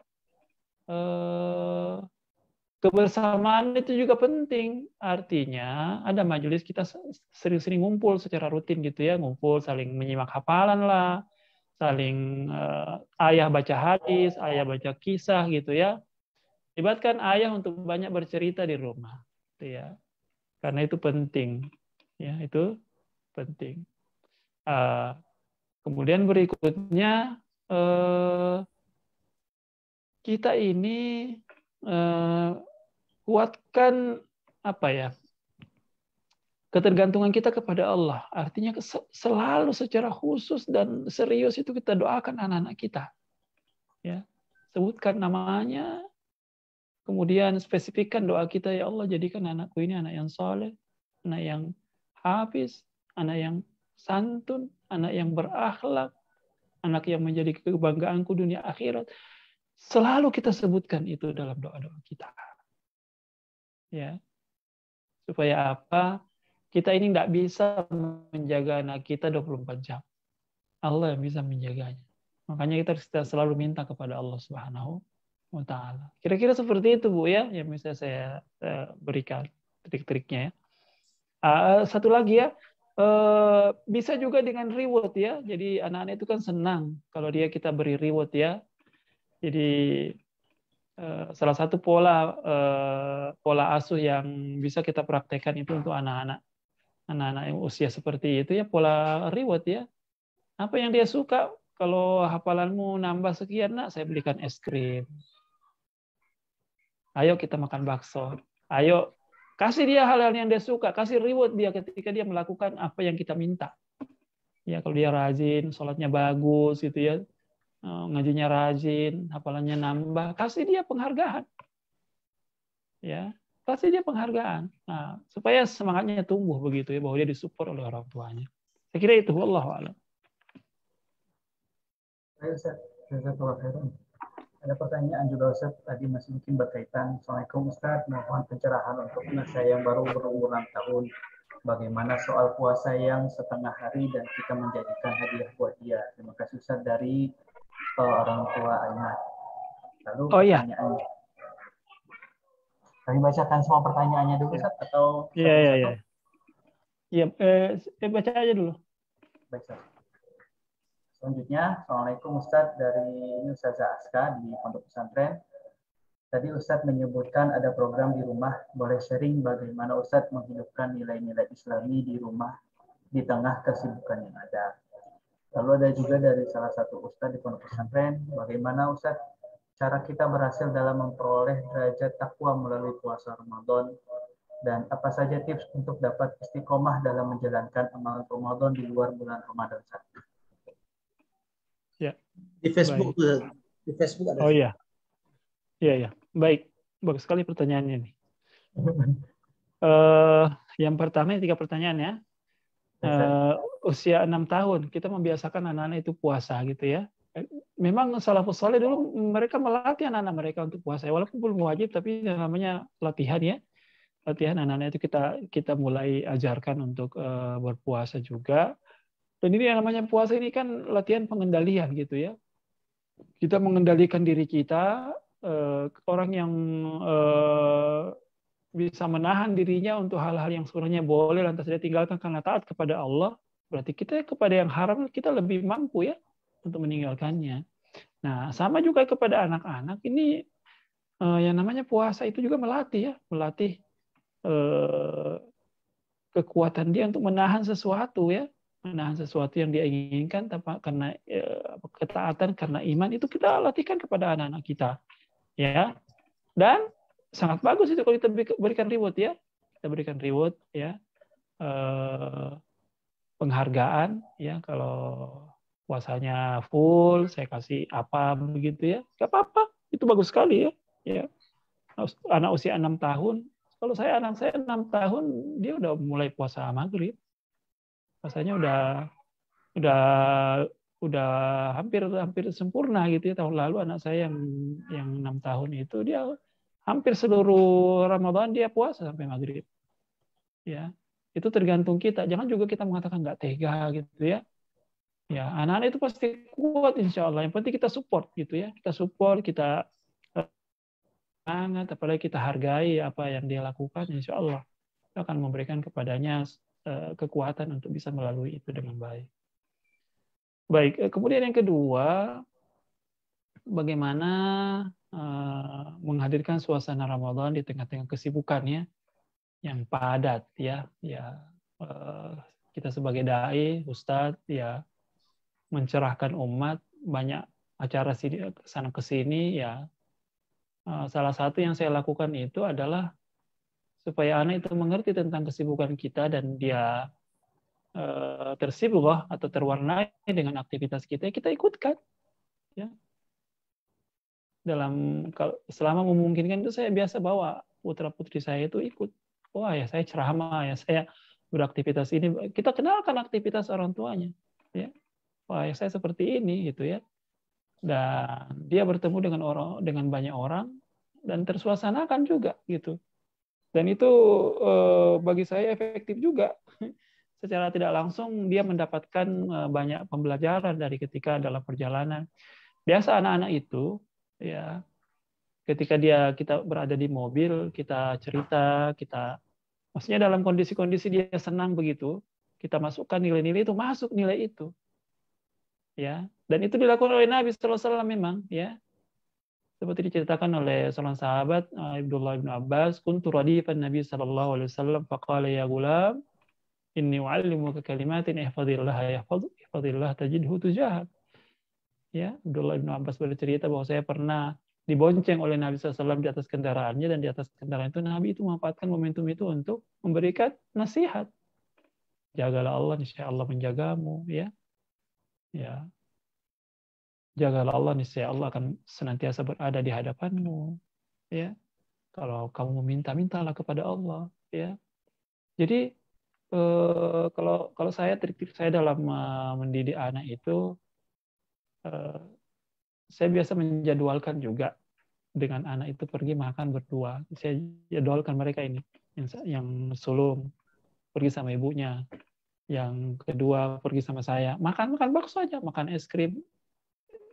Ketika anak itu senang, ya, ketika anak itu senang perasaannya, itu nilai itu masuk ketika kita memberitahu. Ya. Nah, saya sudah gembira ini ayah lihat kamu ini rajin sholat, ya. Saya senang sekali. Maksudnya kita support itu apa yang hal positif pada dirinya. Tapi ada satu ini yang masih agak perlu kamu lebih baik lagi. kalau bangun masih agak sulit dibangunkan. Coba kira-kira nanti saya mau lihat nih kamu nanti bangunnya bisa lebih mudah. Kayak gitu ya. Maksudnya nilai itu kita tanamkan pada saat anak-anak itu happy. Ya. Bukan pada saat justru nasihat itu akan tidak masuk, itu kita akan menyampaikannya dengan nada yang tinggi. Ketika kita jengkel itu tidak bakalan masuk itu nilai itu. Yang dia ingat cuma marah-marahnya saja, nilai itu tidak masuk. Tapi ketika anak itu dia suasana hatinya senang, ya di situ kita masuk di situ memberikan nilai-nilai, ya. Dan kita harus punya yang mencari momentum-momentum itu dan menciptakan momentum itu, ya, sehingga terjalin keakraban antara kita dengan anak. Dan itu perlu untuk kita perhatikan. Jangan sampai, ya, banyak orang tua itu akhirnya seperti dia kehilangan anaknya. Kenapa? Karena anaknya itu tidak mau curhat kepada dia. Dia tidak mau lagi cerita kepada orang tuanya, dia lebih suka cerita kepada teman-temannya. Ya, kenapa? Karena orang tuanya itu tidak mau mencari momentum-momentum ketika anak itu tumbuh, masih kecil, sering dibawa. Dan satu lagi ya, yang saya ingin ingatkan, ini ilmu parenting juga yang penting. Anak-anak itu tidak akan terbuka kepada kita, kecuali kalau kita yang memulainya. Artinya apa? Kita juga yang sering menceritakan masa lalu kita. Nak, dulu saya punya teman namanya A. Saya sering main begini, main begitu. Kita yang menceritakan diri kita. Ya, supaya anak itu, oh ayah saya mau cerita tentang dirinya, saya juga mau tentang diri saya. Ya. Nah, seperti itu ya. Dan manfaatkan momentum-momentum itu, ya. Jangan sampai kita kehilangan momentum. Akhirnya anak itu tumbuh usia 12 tahun, masuk usia remaja, dia sudah tidak akrab dengan kita. Dia tidak nyaman berbicara dengan kita. Dia mau berbicara kalau sudah sangat darurat, minta uang umpamanya, minta sesuatu, baru dia mau bicara. Tapi kalau untuk masalah-masalah dia tidak bicara. Nah, berarti kita sudah kehilangan momentum itu. Jangan sampai itu terjadi. Ya. Dan memang secara umum di Indonesia ini kita mengalami apa yang disebut dengan darurat parenting, di mana banyak orang tua itu yang tidak punya bekal ilmu yang cukup dalam membesarkan putra-putrinya. Ya, ilmu tumbuh kembang anak, ilmu berkomunikasi. Itu banyak orang tua itu tidak ngerti itu. Ya, sehingga dia kehilangan momentum-momentum yang sangat berharga ketika anak-anaknya itu masih kecil-kecil, ya, 6, 10, 8 tahun sampai 12 tahun. Itu harus dimanfaatkan. Ya. Secara umum seperti itu ya. Pertanyaan ketiga apa tadi ya? Ketiga, derajat takwa, Ustaz, untuk memperoleh derajat takwa dan pengamalannya di luar Ramadan. Ya, jadi memang Ramadan itu adalah momentum kita untuk mencapai derajat takwa pada tingkatan yang tinggi ya. Nah, dan ini HP saya lowbat, saya harus cari cas dulu. Bentar.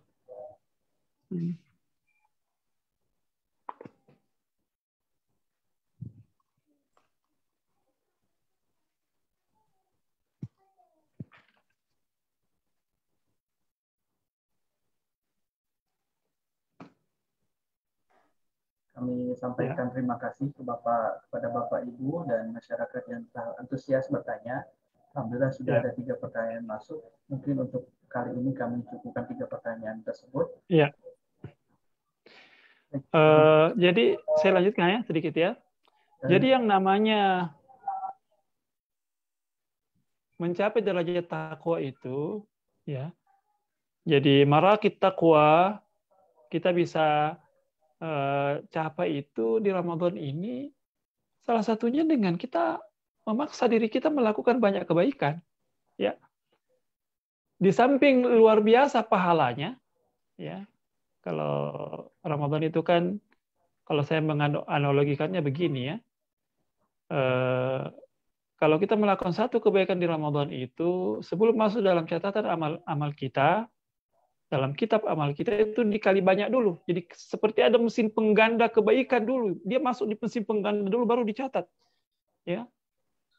Nah, itu yang terjadi di Ramadan itu ya, karena dia sangat istimewa. cara kita untuk bisa kalau saya untuk bisa mencapai derajat takwa yang tinggi itu ya di hari-hari Ramadan ini dengan memaksa diri kita melakukan banyak kebaikan. Usahakan seluruh jenak-jenak Ramadan itu produktif. Tidak ada hal yang sia-sia. Ya, semuanya menghasilkan kebaikan. Ya, maka hatta tidur pun menghasilkan kebaikan. Ya, tidur seperti apa dulu ya?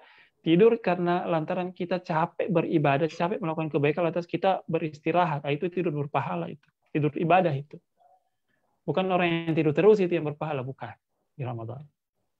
Yang dimaksud sini orang yang naumus shaim ibadah yang saya pahami itu adalah istirahatnya karena dia ingin mengumpulkan kekuatan untuk setelah dia istirahat itu dia maksimal lagi melakukan kebaikan. Ya. Jadi gairah melakukan kebaikan itu harus kita porsir memang di Ramadan ini. Ya. Betul-betul istilahnya itu tidak ada waktu yang sia-sia, ya. Saking adanya waktu yang sia-sia itu seperti Imam Syafi'i dalam riwayat disebutkan sampai dia khatam Quran 60 kali. Luar biasa ini satu kali malam, satu kali siang. Luar biasa itu ya. Seperti apa energi imannya itu ya. Luar biasa. Artinya konsen kita di Ramadan itu adalah bagaimana supaya semua waktu itu menghasilkan kebaikan. Ya. Nah, kalau itu yang terjadi Bapak Ibu sekalian, maka insya Allah itu bisa menjadi warna dalam diri kita 11 bulan berikutnya. Nah, kemudian berikutnya, kalau kita ingin hasil Ramadan itu membekas terus ya, setelah kita keluar, sebelum kita masuk Ramadan, memang kita sudah niatkan, saya ingin di Ramadan ini menjadi sekolah untuk saya setelah Ramadan ini, saya menjadi orang yang konsisten qiyamul lail. Artinya itu ada niat dari awal begitu. Hanya kita hadirkan dalam diri kita gitu ya. Saya ingin 30 hari Ramadan ini kalau saya merasa bahwa diri saya ini temperamental, gampang marah begitu, gampang tersulut emosi. Saya ingin di Ramadan ini sifat itu saya ingin hilangkan gitu ya. Nah, kita konsen dengan niat itu dan kita latih diri kita selama Ramadan. Insya Allah begitu Ramadan berakhir, sifat itu sudah bisa kita kendalikan. Ya, jadi ada juga keistimewaan yang namanya nawaitu yang kita pasang sejak awal ya. Nawaitu kita pasang sejak awal sehingga kita menjadi orang-orang yang betul-betul karena kita memasangnya itu Allah melihat, oh ini hamba ini memang dia meniatkan hal itu, saya akan mudahkan jalannya. Kira-kira seperti itu. Wallahu a'lam. Baik Ustaz, ada 3 pertanyaan Ustaz, boleh saya bacakan? Oh ya, silakan. Mungkin tadi sebagian sudah dijawab sama Ustaz. Yang pertama, bagaimana sikap kita terhadap orang yang selalu menyakiti hati kita? Apakah kita harus minta maaf terlebih dahulu? Yang kedua, saya minta saran atau kebiasaan yang bisa diamalkan untuk memperkecil atau menghilangkan rasa atau emosi di tempat kerja atas kejadian apapun itu agar puasa kita tetap dijaga. Dan yang terakhir, model amalan yang bisa kita lakukan untuk mendapatkan pahala seperti orang yang juga berpuasa tanpa mengurangi pahala puasanya. Oh ya. Baik, ya. Yang pertama tentang apa tadi itu? Bagaimana orang yang selalu menyakiti hati kita, apakah kita harus minta maaf? Jadi begini ya. Jadi kalau dalam kehidupan ini kan pasti kita akan menemukan situasi seperti itu ya. Ada orang yang memang pekerjaannya menyakiti, ya, membuat kita tidak nyaman gitu ya. Pasti kita akan selalu menemukan fakta-fakta itu dalam kehidupan kita, dalam interaksi kita dengan sesama. Maka memang yang diminta dari kita itu adalah selalu punya kelapangan dada, gitu ya.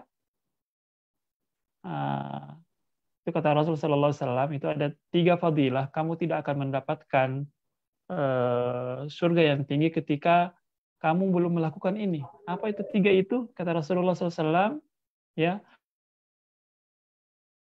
sil mengqata'ak. Sambungkan silaturahim kepada orang yang memutuskan silaturahim kepada Anda. Jadi kalau ada orang marah kepada Anda, jangan tunggu dia yang menjalin, Anda yang lebih dulu menjalin. Ya. Wa'fu amman zalamak. Maafkan orang yang telah menzalimimu. Ya. Wa'ati man haramak. Beri orang yang pelit kepadamu. 3 ini pekerjaan berat ini ya. Ya. Maafkan orang, ya. Maafkan orang yang menzalimi, ya. Menyambung tali silaturahim kepada orang yang memutuskan, ya. Ini kan bukan perkara-perkara sederhana semua ini. Tapi itulah keutamaannya kalau kita bisa melakukan itu. Di zaman Nabi ada seorang sahabat datang kepada Rasulullah, ya Rasulullah, saya punya tetangga. Tetangga aku ini jahat banget sama saya. Tapi saya tetap saja sabar, saya tetap saja berbuat baik, kata Rasulullah SAW. Kalau itu yang terjadi, maka kepadanya mengalir dosa dan kepadamu mengalir terus pahala. Nah, jadi itu yang memotivasi kita untuk senantiasa baik kepada orang lain, bagaimanapun orang itu buruk kepada kita, gitu ya. Ya, dan kita harus latih diri kita seperti itu.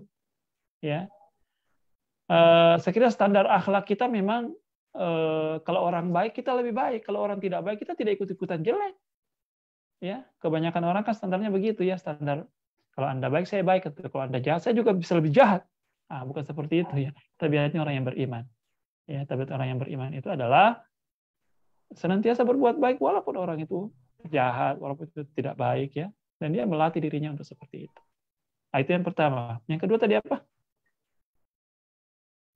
Amalan, saran atau kebiasaan yang bisa diamalkan untuk memperkecil atau menghilangkan rasa emosi di tempat kerja atas kejadian apapun itu. Oh ya. Jadi ini puasa ini luar biasa ya.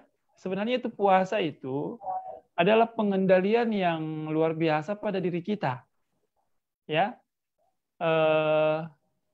Jadi sebagaimana saya katakan tadi, kalau kita ingin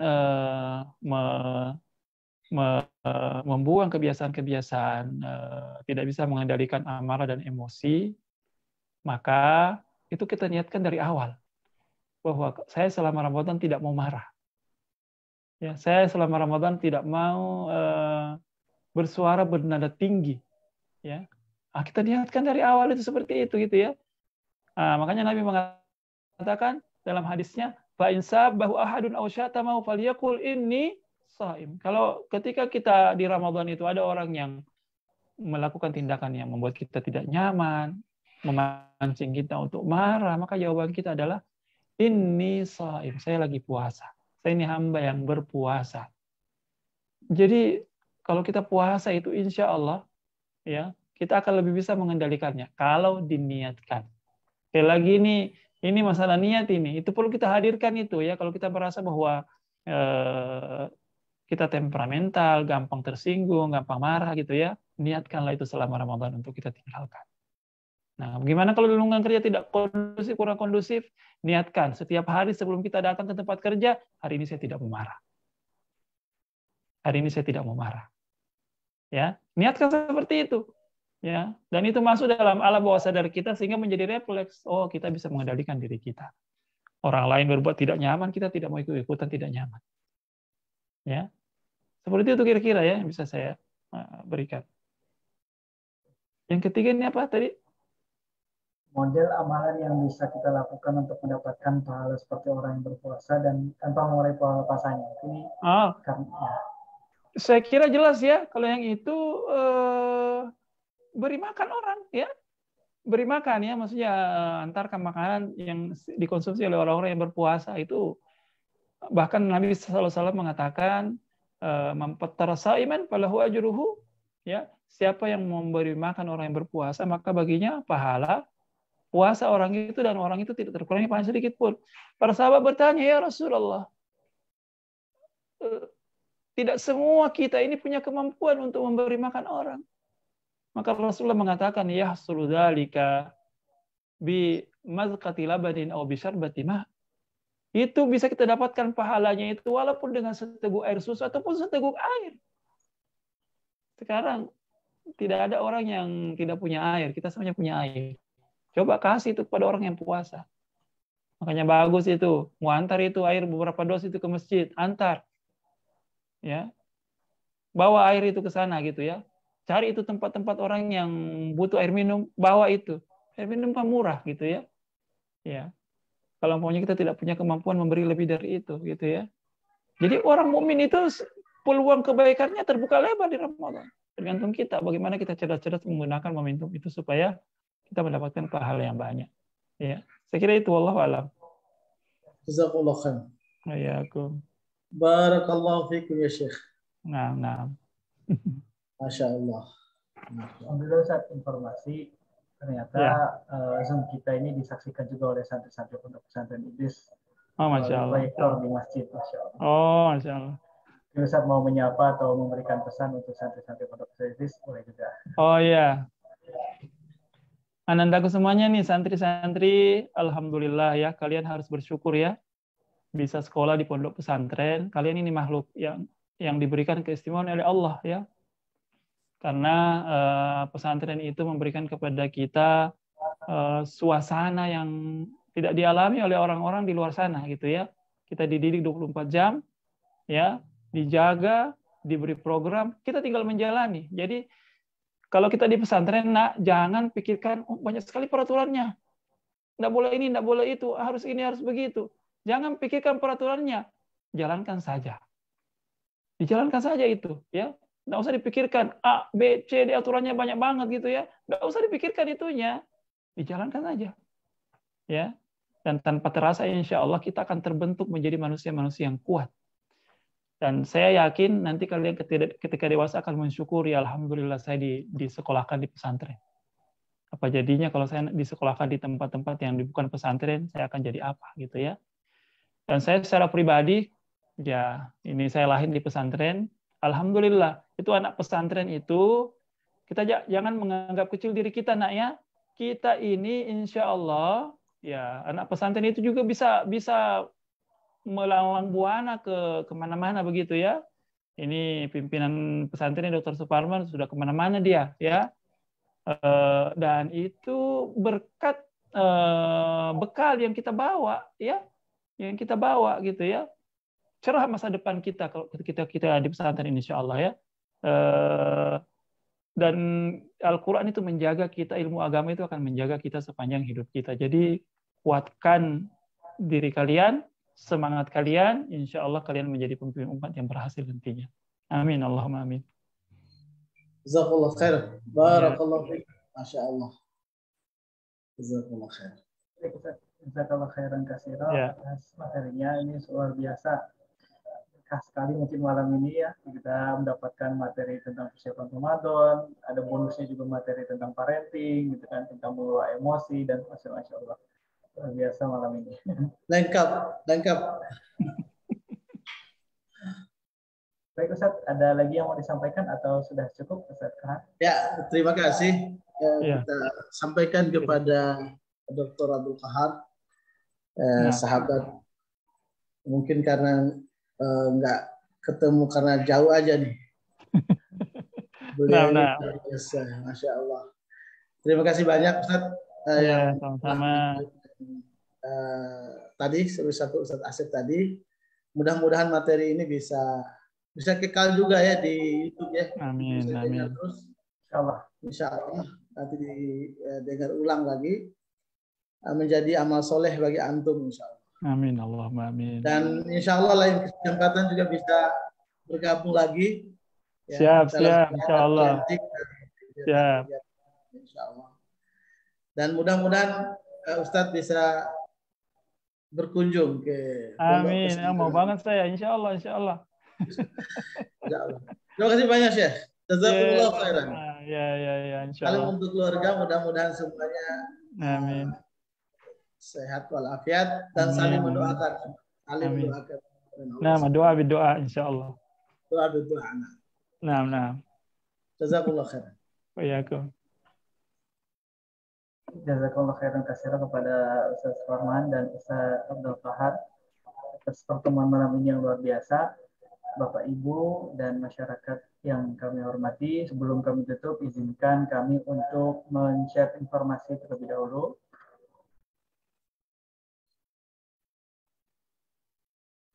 Baik, yang pertama, seperti yang disampaikan pimpinan pondok tadi, bahwasanya materi kita insya Allah akan di-share ke YouTube. Ini juga ada materi tahun lalu. Jadi luar biasa lengkap. Kalau materi ini adalah renungan dan persiapan Ramadan, tahun lalu materinya ada terkait amalan-amalan di bulan Ramadannya. Dan ini juga sebagai kita mengenang kebaikan beliau, almarhum, yang luar biasa tahun lalu telah memberikan materi yang sangat luar biasa bagi kita. Lalu selanjutnya juga untuk rekaman video Tarhib pada tahun ini bisa disaksikan di Facebook juga, tayangannya di Facebook Pondok Pesantren Idris.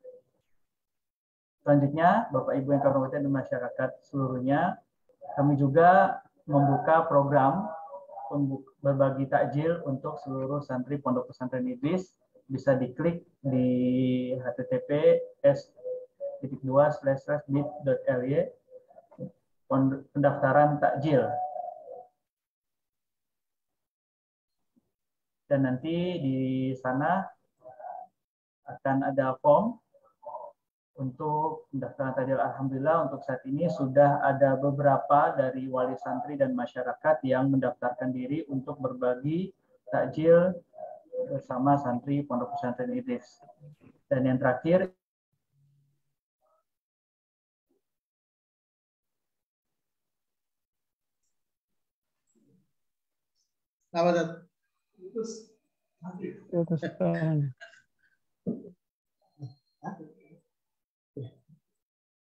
Oke, terima kasih. Mungkin sampai di situ tadi Ustadz Asep menyampaikannya. Mungkin tadi satu informasi lagi bahwa kita membuka kesempatan pendaftaran untuk anak yatim dan duafa yang berprestasi. Gelombang insya Allah tanggal 2 nanti akan diadakan ujian. Dan ini yang terakhir, gelombang terakhir adalah untuk anak yatim dan duafa yang berprestasi atau yang serius mau belajar gitu ya. Bagi Bapak Ibu yang punya anak-anak atau ada yang mengenal anak-anak kita yang tidak mampu untuk belajar di pondok pesantren, insya Allah kami akan menyiapkan beasiswa lengkap untuk mereka yang berprestasi, anak yatim dan duafa yang berprestasi. Tentunya nanti ada ujian-ujian yang kami lakukan. Mungkin itu tambahan dari saya. Mudah-mudahan apa yang telah kita dengarkan dari pembicara kita tadi menjadi pelajaran bagi kita semua. Dan kita berdoa juga mudah-mudahan beliau dalam keadaan sehat walafiat. Dan saya juga dengan segala hormat mohon didoakan juga untuk saudara kami juga ya, untuk teman baik kami sama Dr. Abdul Qahar, Dr. Taufikul Azhar, Taufik Khulaimi yang tahun lalu bersama kita dalam forum seperti ini. Mudah-mudahan beliau mendapatkan husnul khotimah dan mendapatkan derajat yang tinggi di sisi Allah Subhanahu wa taala. Dan keluarga yang ditinggalkannya diberikan kesuksesan oleh Allah Subhanahu wa taala dunia dan akhirat, tentunya diberikan kesabaran yang berlipat ganda oleh Allah Subhanahu wa taala. Mungkin itu yang bisa saya sampaikan pada kesempatan ini. Terima kasih kepada seluruh wali santri atas kehadirannya pada malam sampai larut malam ini, khusus untuk Syekh Abdul Qahar yang sekarang sudah jam 11 di malam. Jam 11, mohon maaf. Jazakumullahu khairan. Nakhtatim, kita tutup pertemuan kita pada malam hari ini dengan sama-sama membaca doa kafaratul majlis. Subhanakallahumma bihamdika asyhadu an la ilaha illa anta astaghfiruka wa atubu ilaik. Wal afu minkum. Wassalamualaikum warahmatullahi wabarakatuh. Waalaikumsalam warahmatullahi wabarakatuh. Syukran Syekh. Syukran. Insyaallah. Nah, ana stazin.